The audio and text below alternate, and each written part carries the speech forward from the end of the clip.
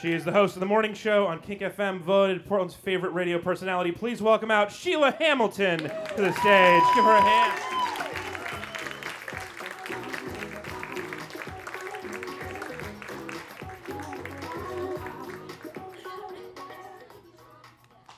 I was going to say, normally when we do the little behind the curtains, when I welcome someone, I give them a hug, and I usually like whisper, hold the mic really close. And then I was like, no one knows more about Mike than you. You've been doing the morning show since 2002. Yeah, that's right. So before that, you were at KTU doing the news. Yeah. Portland has changed so much since that time, since you started covering it. Like, what has been some of the stuff that you've noticed from your side? Well, Tanya Harding has been through 3 careers since I started. And you've managed to keep yours more consistent. That's amazing. right. I've been more consistent than Tanya Realistically, Harding. That's right. Yeah. How many more do you think she has in her? Like, you think this is it? You think that's the ceiling? Or do you think 20 years from now you'll be like, I did not expect, like, professional, like, skydiving instructor? No, I think she peaked at WW. I do. I think that was it. That was probably it for her. Do you, radio is a pretty tumultuous business normally. A lot of people are moving cities all the time. Like, how have you been able to be so stable? Like, even more stable than the famously stable Tanya Harding? I duck a lot in the hallways. Like, I can see on Fridays when they're starting to fire people, I just kind of go into the bathroom and hang out, and they forget to let me go, I think. I don't know. I seriously don't know. I have no idea. I have a friend who works in the industry, and he was talking about your new show. You have a new partner on the show, and he was saying that like they were like, we could bring almost anybody and put them with Sheila, and it will be an amazing show. You were such a rock to the show. How did that? Because you weren't originally in radio. You weren't trying to be in radio. How did you become what happened was I was in television, and I was just increasingly disgusted by television. You know, I would go into these meetings where they would talk about what we wanted to cover. And they would say, like, the people would say, we really want to hear about education. And they would go out of the meeting, and the managers would say, they said they wanted 2 helicopters. No, it was seriously that I mean, bad. but how else do you cover education? That's if my not point. From the air. That's my point. More importantly, how else do you get 2 helicopters? Which is really, I mean, the bigger thing. No, so for a long time we had 2 helicopters, and we were covering crime and things that didn't mean anything to me. And so I went to radio, and I never had to do my hair again, and it was awesome. It was great. It sounds like you said one reason, and then you kind of like head faked, and it was secretly about doing your hair just now. It's always about doing your hair. It's always about doing you've your also hair. been doing the morning show now for a really long time, which is the unhuman hours, 5 in the morning every day. No, seriously, you never get used to it. You do not get used to it. And one time I was just obliterated because I was traveling down to work, and I go past my friend's house, and they're all like out on their lawn saying their goodbyes from their party the night before. and I realized I'm just such a loser. It's a terrible time of night to be up. You see so it's a great time to be up. It's a terrible time to have already slept. Right. That was your mistake. If you just go on to the party and then straight to work, exactly. you would be the then coolest. I'd be a rock star. You ever lie and been like, oh yeah, I'm just leaving that party myself. Every day. Yawn. I look fresher. I really lit the candle at both ends last night. Well, I gotta go. I'm going to ask you a sex advice question really quick. Yeah. Should I use sex as a reward for my husband when he cleans the house? Yes. All right. God. Super easy. Why is that a question? I'm super easy questions. Yeah, Alex. nicely done. So disappointed. So now let's talk about. So you've done all of this stuff. You've done all this, conquered all these forms of media, and then you decided to write just a light summer read. Just a nice beach read. You wrote this book. Why am I here tonight on a comedy show to talk about this book? Well, so I think so guys, we're gonna get a little serious, and because I think this is important, and I think it's a great book, and I think it was really, it is deeply optimistic, and I think that comes at the end. So we're gonna have to go on a journey. Everybody is touching Anthony today. We're gonna go on a bit of a journey. We're gonna talk about this, and we're gonna get back to the optimism. But we have to go. I think we have to go to the dark place to get out of it. So tell us about this book.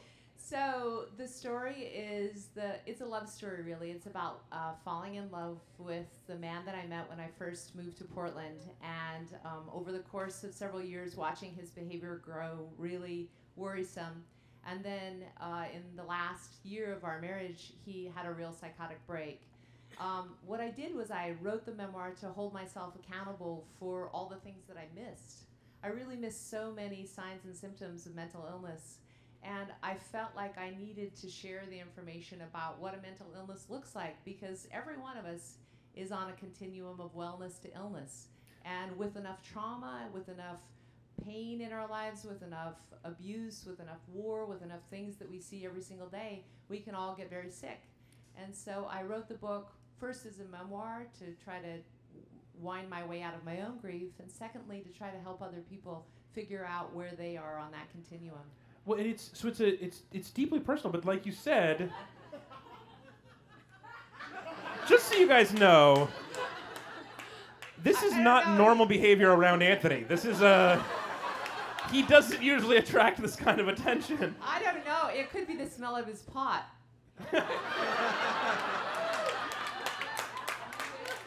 Maybe a little bit.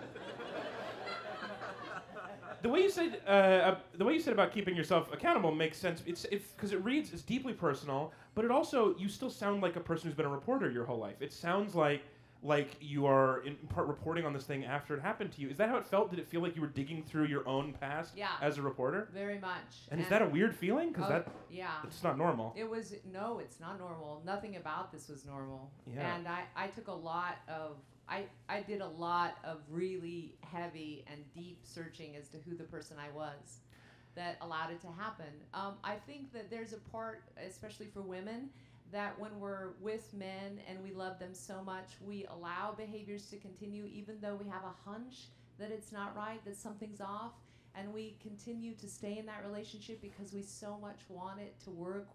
We love deeply and we love intensely, and I didn't want to seek failure. And so it's the reason I stayed for so many years, and it really did make his illness worse. I wonder about that because I have just recently suffered a tragedy with some mental illness in my family, and one of the things about it is that behavior is sometimes very similar to the behavior of an asshole. Yes. And so sometimes it's hard to know what is the illness. Why is everybody looking at Anthony right now? It's not Anthony. No, it's not Anthony. So there's a lot of stuff like. It's not you, is it? No, I'm just an asshole. I'm not mentally ill. It's very clear with him. Just wants to watch the world burn. Do you know that for sure? You got a pretty good hunch. So when you say you're holding yourself accountable, I also wonder how do you make that distinction in the moment? Is it are you holding yourself too accountable? Are you being too hard on yourself for thinking you could have distinguished those two while they were happening? Listen, if I'd known then what I know now, I would have been able to stop it. I really would have demanded treatment. Right, I would have been able to say, this marriage can't continue unless you get help. I would have done a lot of things differently. And I guess in holding myself accountable, maybe I allow other people to see themselves in their relationships or their marriage. And ask yourself, how real are you being? How honest are you being about how healthy both of you are? So you went through this, go ahead. Yeah, go ahead. That's great. When you went through this, it was, the actual events are obviously incredibly traumatic. Was it just as bad when you were reliving writing this book? Were you had to put yourself into that place to write the book? Yeah, it was. I mean, I had days of writing where I would write for a few hours and then I would just lie on the floor with my dog and sob. And it really was so cathartic because at the time, my husband died by suicide after he was released from a psychiatric hospital. And I didn't know if I was going to be able to keep my house. I didn't know how I was going to care for my daughter. I really didn't know what my future was like. And for me, writing became a form of really important therapy. It allowed me to say, you're going to get through this. And it allowed me to believe in moving forward from that point of losing him. So it was really important work for me. So when you were going through this, you were still on the radio every day. Yeah. And most of the time, a lot of morning shows, a lot of radio shows are people having to talk about every moment of their entire lives for content. Yeah. How are you able to keep that going while this is happening and keep your show going, not just breaking down everybody's day and talking about what happened all day? Well, thankfully, at that point, they'd gone through this transition where we were being quite serious, thank God. I was mostly doing news and information, and in that, compartmentalization, I didn't have to try to be funny. I didn't have to try to have a huge personality every day. And so I compartmentalized a lot. And the time I was working in the afternoon, I would get up in the morning, I would go for a walk in Forest Park, and I would cry for 2 or 3 hours. After I dropped my daughter at school, I would just lose it. I mean, I remember one time being in the dirt, on the ground, on my knees, and this guy walking past and going, "Aren't you Sheila Hamilton?" I was like, I used to be. No, but it was helpful. And then I would go to work, and in some ways it was so amazing to be able to kind of move to that point of saying, and now I'm going to hold it together. Now I'm going to actually make a living for my daughter. There's this moment where your husband is in the hospital and you've just discovered that he hasn't opened his mail in like 3 years. Yeah. And you go on the air and you come off the air, and in your 5-minute break, you call an attorney to start working on that situation and then go back on the air. It's like the craziest work-life balance story I've ever heard. Yeah. That's an unbelievable skill. I think that's what women do when we're frantic to keep our lives afloat. I mean, women are extraordinary multitaskers. I mean, yes. Yeah. Yeah, to all of you. And happy Valentine's Day, by the way. The person, by the way, who was just clapping was also making arrangements for Valentine's Day tomorrow. Very impressive.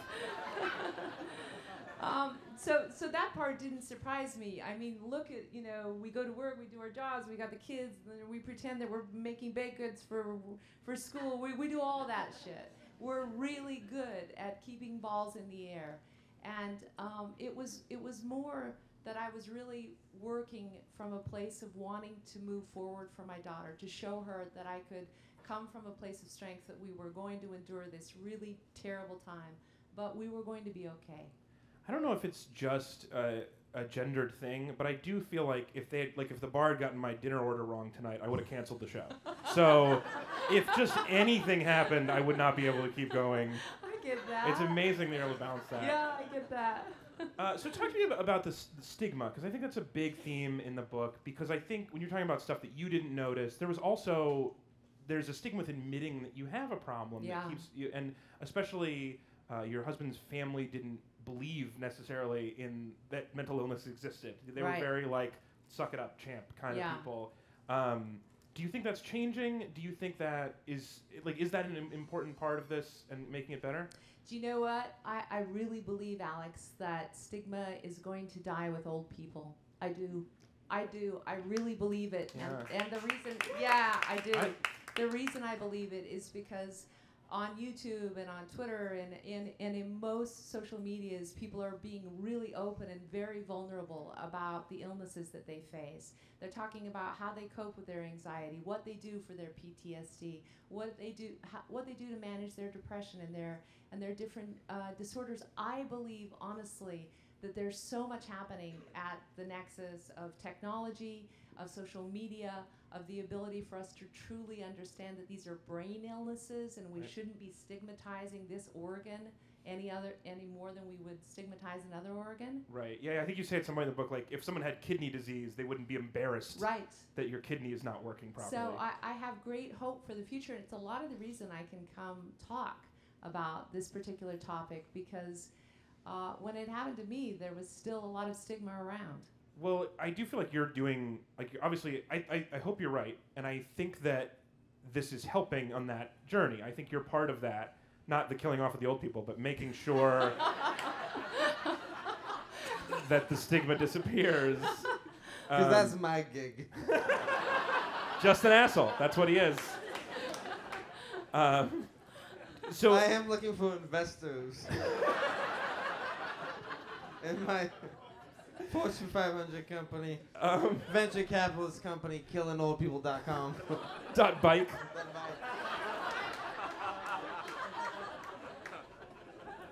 People who didn't see the first half are not going to get that joke.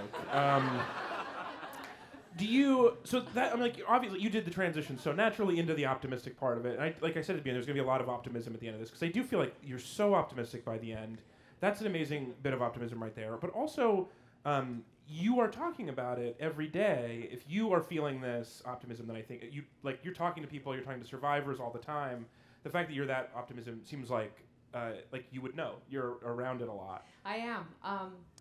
It's also just, for me, having gone through, I think, if you're broken at one point in your life and you make it through and you find love again and you begin to see that life really is about these moments of joy and these very small things that allow us to all feel like we're loved, then you develop a different kind of optimism for the world.